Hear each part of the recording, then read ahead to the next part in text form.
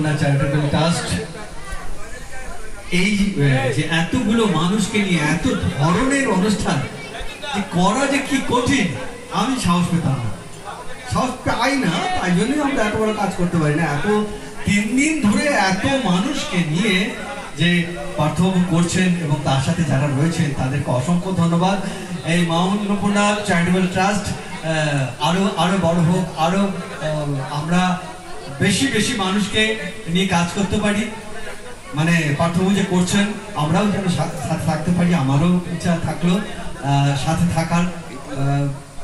একটা এই অন্তত এটা বলতে পারবো যে এমন একটা মানুষ যিনি মানে মানে পয়সাওয়ালা নয়, কিন্তু মনটা খুব বড়, যে সবাইকে নিয়ে একটা কিছু করবো সেটা কিন্তু মনের জোরে চালিয়ে যাচ্ছেন। এর জন্য মা অন্নপূর্ণা ট্রাস্টের যে একজন কর্ণধার, কি বলুন, প্রাণকর্তা বলুন, যাই বলুন, কর্ণধার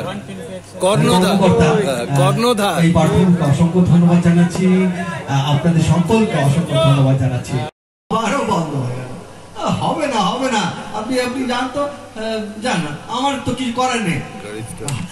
আর একবার দেখুন না, যদি না হয় 3 বারের বার যদি না হয় তাহলে আপনি বরঞ্চ ছেড়ে দেবেন, আমি বসে থাকবো, সকালে যাবো। ঠিক আছে ঠিক আছে, দেখছি। থার্ড টাইমে মানে 3য়-বারে ঠিক এরকম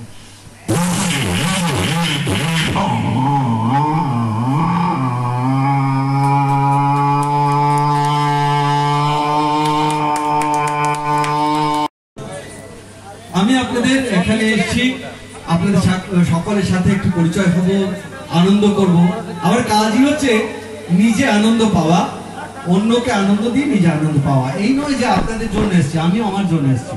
আমি সব জায়গায় তাই বলি, ঈশ্বর যেন আমাকে করাচ্ছেন কোনো কাজ, কোথাও পাঠাচ্ছেন, তাই সেটা যদি মনে করি তবেই আমি করতে পারবো সব কাজ।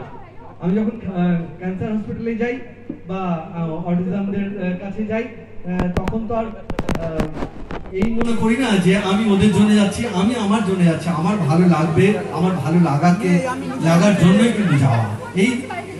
এইভাবেই চলছে, আজকেও তাই আপনাদের কাছে এসেছি, আপনাদের সাথে আনন্দ করবো, আমার ভালো লাগার জন্য এসেছি। আমার সাথে আমার বন্ধু পিন্টু এসছে আমার সহযোগিতা করার জন্য।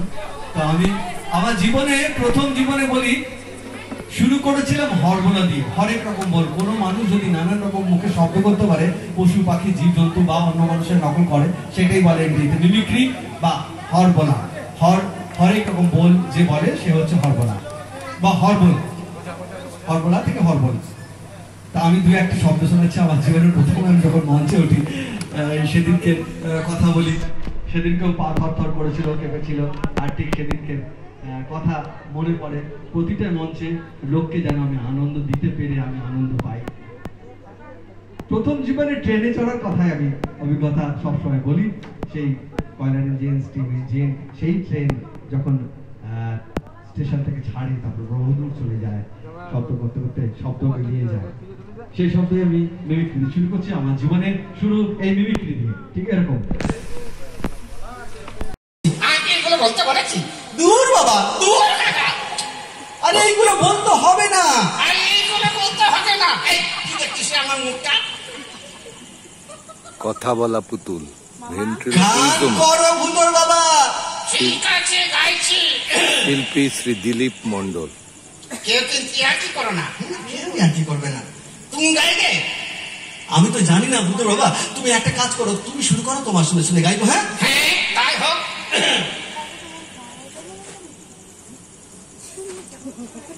কি দেখছো? কি দেখছি? কেউ হাসছে কিনা?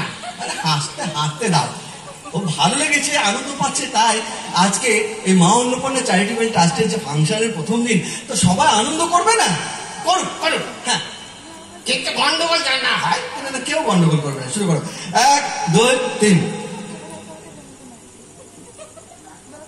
যেজন প্রেমের ভাগ জানে না,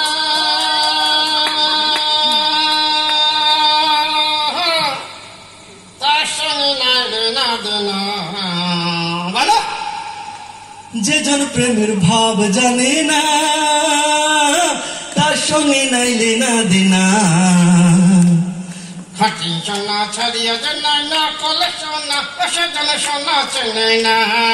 যে জন প্রেমের ভাব জানে না তার সঙ্গে নাইলে না দেনা হাতে সোনা ছড়িয়ে চেনে না কলে সোনা ও সেজন্য সোনা চেনে না খাঁটি সোনা ছাড়িয়া যে না নকল সোনা ও সেজন্য সোনা চেনে না হাতে সোনা ছড়িয়ে চেনে না কলে সোনা ও সেজন্য সোনা চেনে না তার জন্য অনেকগুলো কাজ করতে হয় তেমন তেমন জীবনে সংগ্রাম করতে হয় জীবনে অনেক সমস্যা আসবে আবারও প্রণাম না প্রমাণ করতে হয় যে প্রতিদিন আমরা যাতে আবারও আমরা কাজ করতে পারি আমরা ভালো কাজ করতে পারি আমরা পারি এইটা প্রমাণ করতে হয় সাধারণ মানুষকে একদম সাধারণ মানুষকে তা আমাদেরও ভূতর বাবাকে প্রমাণ করতে হয় যে